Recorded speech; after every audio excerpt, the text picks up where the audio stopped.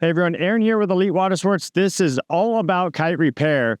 And while kiteboarding can be affordable, you can get into the sport for very low numbers, but they come with some issues.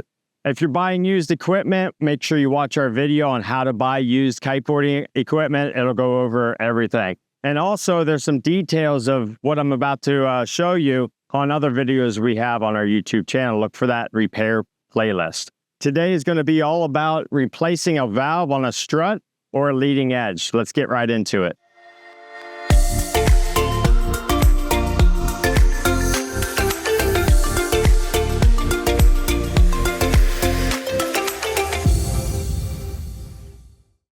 So kiteboarding can be inexpensive, especially if you're buying used equipment. And we hear from time to time, quite frequently actually, here at the shop, where a guy buys some Facebook Marketplace kites, or maybe he bought into the sport many years ago, hasn't used the equipment, and now he wants to get back into it. And all of a sudden that equipment, although it's like almost brand new, doesn't hold air. So this video is all about how to replace those valves and to save some money.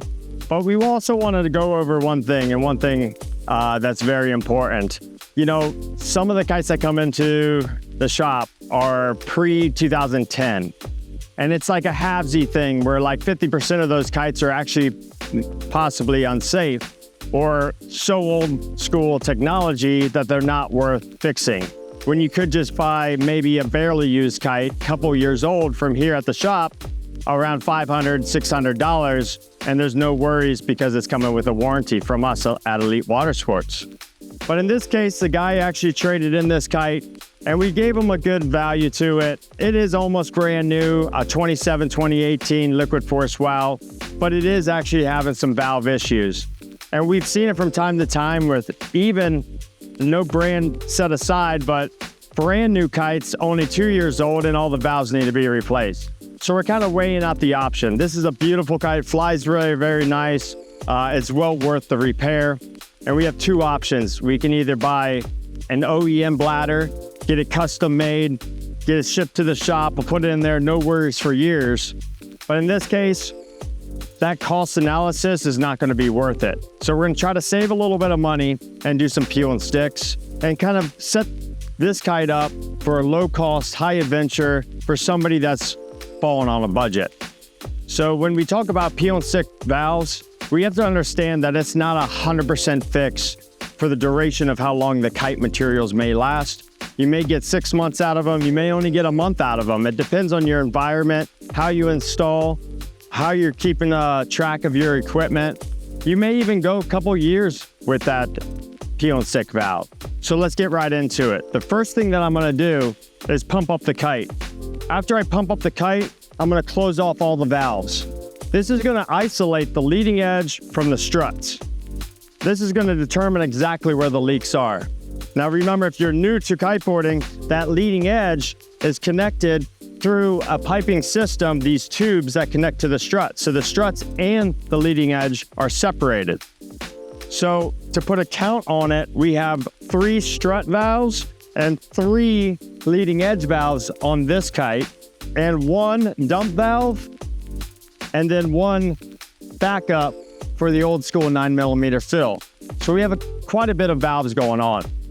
So I've already pumped it up and I've already closed off the valves, and I see and hear that this valve right here is leaking on the leading edge. Let's set some foundational work here. And this is correct more so than not, that once we fix this valve that's leaking, I can actually hear the strut leaking also. Once we fix one, well, now we're just fixing that problem, and it's actually going to transpire to all the valves. So typically, if you change one valve, unfortunately, you're going to have to do all the valves, which is a total bummer because that's quite a bit of money set up. We're going to do a peel and stick fix for this kite just to get it back out in the water, give somebody like a 30-day warranty with a disclosure like, hey, you know, it's a great kite. You may have issues down the road, but at least you're out in the water enjoying it, and maybe you can upgrade down the road. Our other option is actually making the valves, which is cheaper, and that's going to be in a video that we'll release later this week. So let's get right into it. I'm going to tear this kite apart.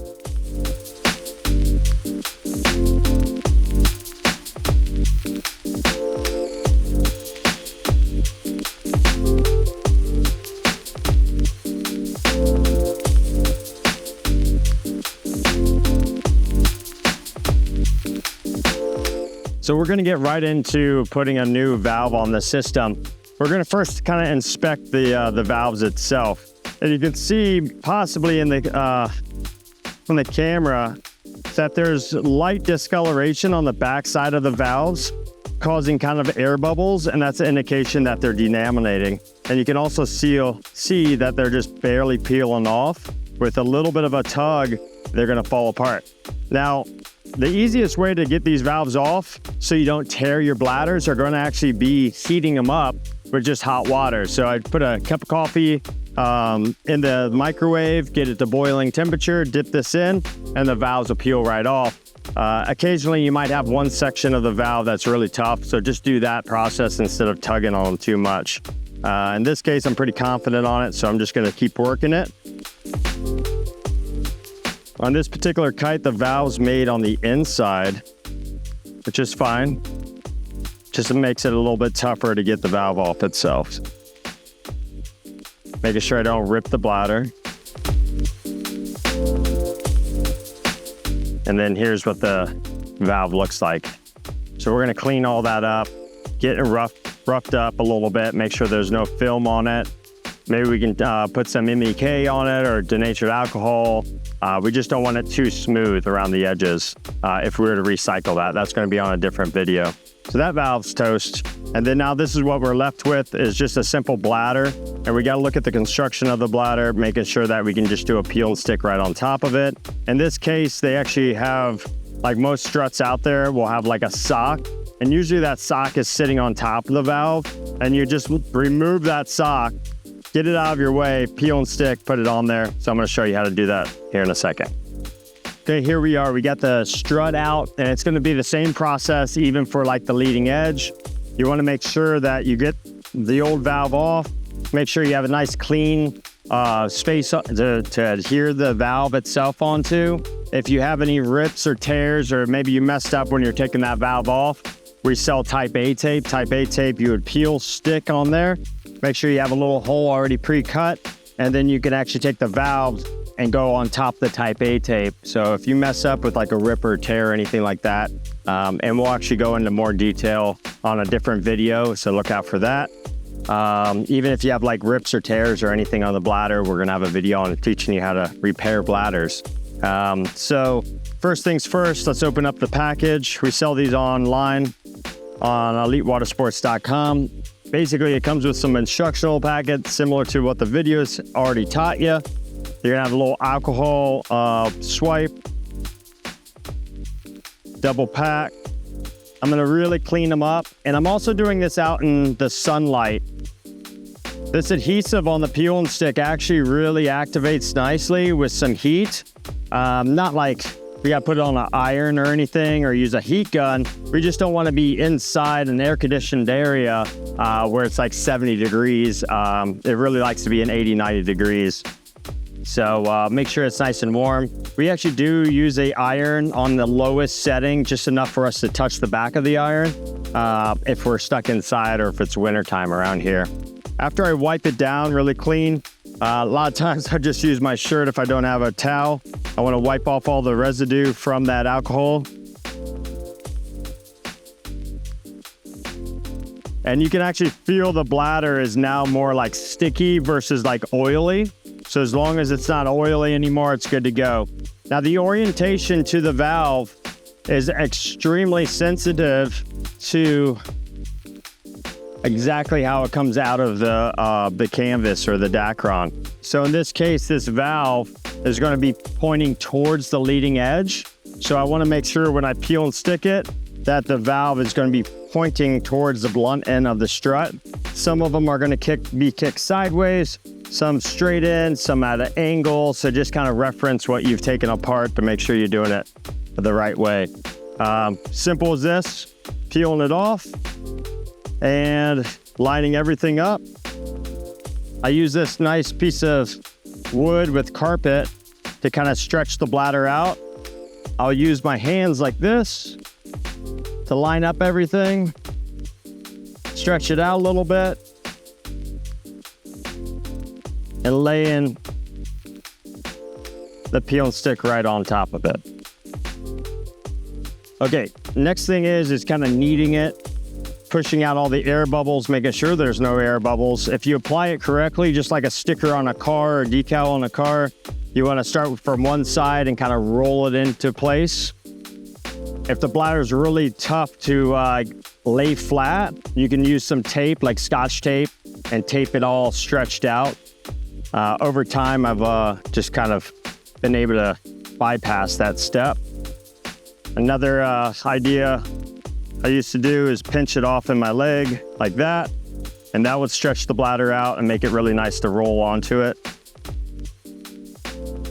If I look over on the back side, I want to make sure that there's no air bubbles at all. It should just be bladder going straight to the black material, making sure there's no air bubbles.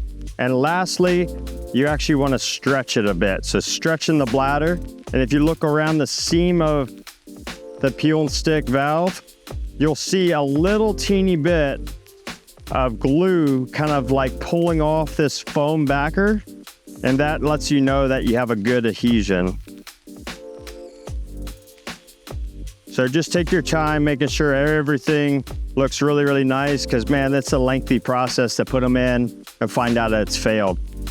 Now with these peel and sticks, we have to understand how they're made. You basically essentially have a valve that's sandwiched between two pieces of like tape. And if you go tugging on this valve too much, it's actually going to damage that connection between the tape and the valve. And actually it's going to fail. So that's where I see these peel and sticks fail, is when we start tugging it, especially kind of pulling it through this strut little hole. So you want to be fragile on that. All right. Now we have a video on the install, so we won't go into that. Make sure you look on our YouTube page. We have plenty of info for doing that. So that is the peel and stick to get some valves on your new struts, or perfectly fine struts. We can reuse that, no problem.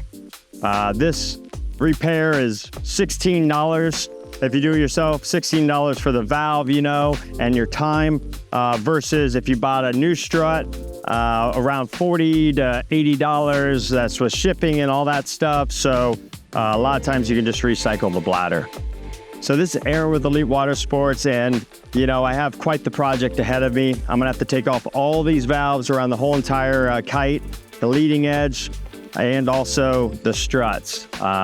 Like I said earlier, make sure you watch the videos on how to reinstall. That's the tricky part. This is the easy part. Tearing it apart is easy, but putting it back together, there's definitely some rules involved. So if you like this video, like and share it, and look out for our blog post. We're going to be consolidating all of our repair videos onto one page.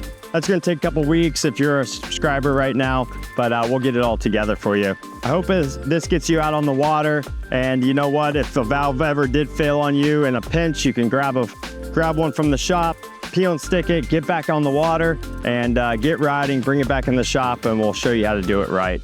This is Aaron with Elite Watersports. I'll see you later.